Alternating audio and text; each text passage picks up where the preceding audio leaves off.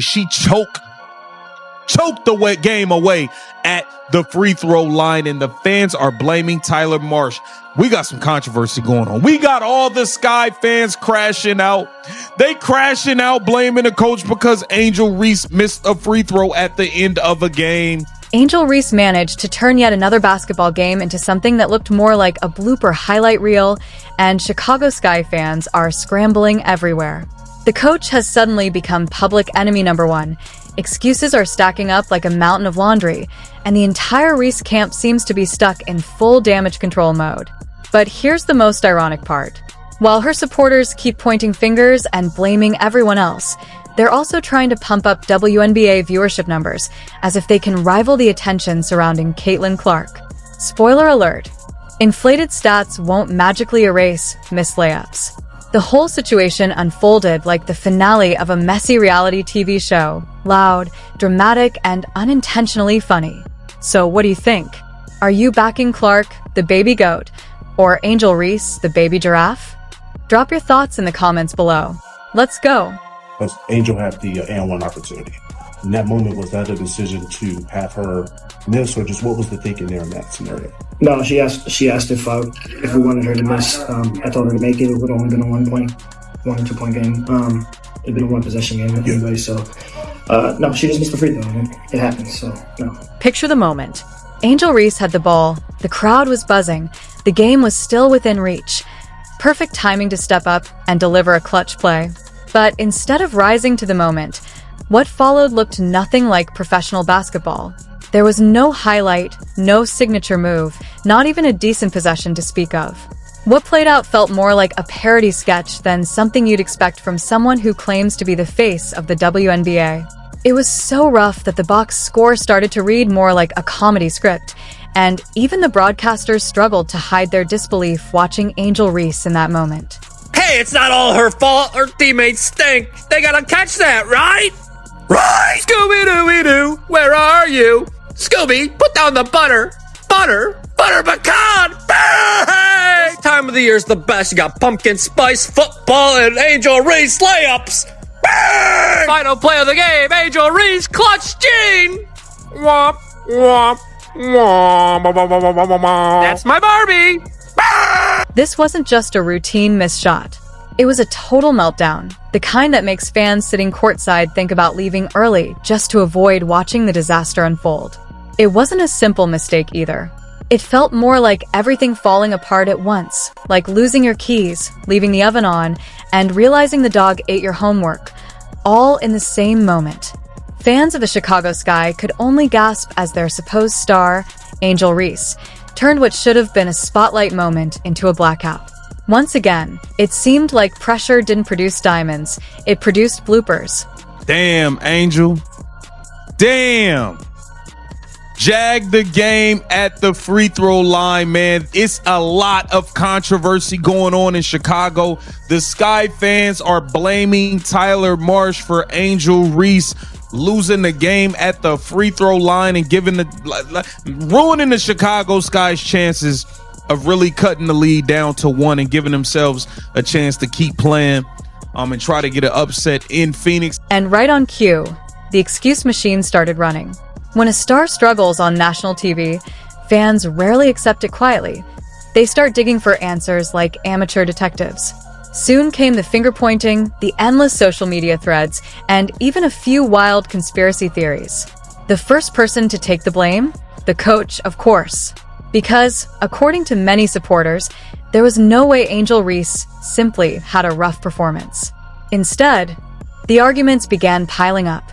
The rotations were wrong, the play calling was terrible, and maybe the coach had somehow sabotaged the moment. For fans of the Chicago Sky, the search for someone else to blame quickly took center stage. Angel Reese, board 59, let's get it, burn! Another day, another loss for the bump squad in Chicago. Look at this crap. Bang! You know what they say, you will never lead the league in turnovers if you don't try for it. Here she goes. Bang! What do telemarketers and Angel Reese have in common? They're both getting blocked. Bang! What's this mukbang I see on TikTok? All I know is a brick bang. Here we go. Brick. Me bound.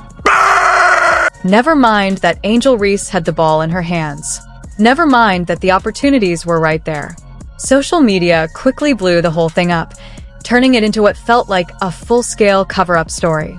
According to Reese's most loyal defenders, the coach somehow failed to unlock her full potential in that moment. Accountability? That idea practically disappeared.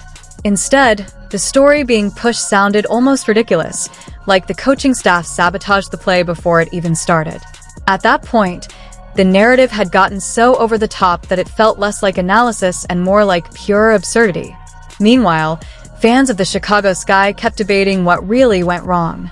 Angel Reese has made her triumphant return from a back injury. That's right, a back injury. Yeah, absolutely, that she had suffered at some point that we don't exactly know at what point she suffered said back injury. Well, it didn't take long for the Chicago Sky as an organization to get back to what it is they do best, which is the diabolical celebration of Angel Reese's double-doubles in losses. After one rough game, the conversation quickly shifted. Instead of focusing on Angel Reese missing another big opportunity, the narrative suddenly became about a coach who supposedly didn't do enough to cater to her. Just days earlier, the talk was all about how she was the future of the WNBA. Then, almost instantly, the storyline flipped to her being a victim of poor coaching, faster than you can say double-double. But the situation goes beyond a single loss.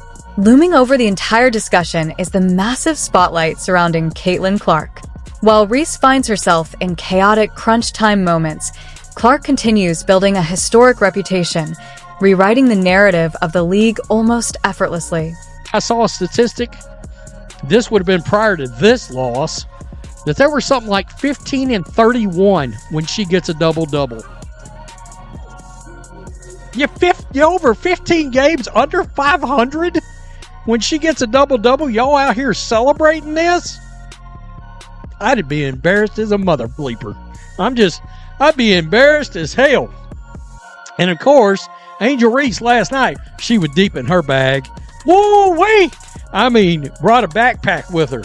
Put it down, started reaching in it, and pulling out the whiffs. Let me tell you, yikes. Caitlin Clark has built a reputation on unforgettable highlights. She pulls up from the logo, drains deep threes, helps break attendance records, and turns regular games into major events. It's not just about playing well. She brings a level of excitement that lifts the entire WNBA. Meanwhile, Angel Reese has found herself going viral for the wrong reasons, struggling in big moments while her fanbase scrambles to explain what went wrong.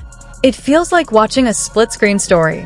On one side, Clark delivering electric performances that get arenas buzzing.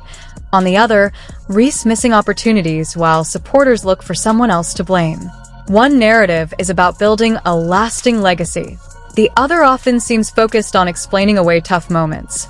And when the situation becomes awkward, some fans turn to another tactic, claiming massive viewership numbers.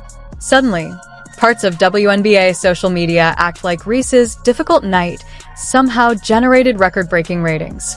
But once you look closer, many of those claims appear exaggerated, boosted by highlight clips, social media engagement, or selective comparisons on niche cable broadcasts. In the end, it starts to look more like smoke and mirrors than genuine record-setting numbers. And you know what else y'all need to stop doing, Sky fans? I'll tell you. Y'all need to stop doing this. Can y'all stop coming up with these fake stats? Please, please. Stop trying to compete with Caitlin Clark in the viewership game, because you can't compete. You guys are coming up with fake viewership numbers, using viewership numbers from a year ago. In case you don't know, the Chicago Sky fans went and put up this, saying that in the most recent matchup, Angel Reese versus Asia Wilson, it did 1.22 million views. No, it did not. Meanwhile, Caitlin Clark doesn't need inflated numbers or excuses to prove her impact. Her influence is obvious. TV ratings jump when she plays, arenas fill up, and her jerseys sell out almost instantly. That kind of popularity is real and measurable. On the other side, critics argue that some of the hype surrounding Angel Reese gets boosted by exaggerated viewership claims and online debates. Instead of focusing on statistics or narratives, the real difference often comes down to performance. Clark continues to deliver on the court, while Reese still has critics questioning whether she can consistently rise to big moments in the WNBA.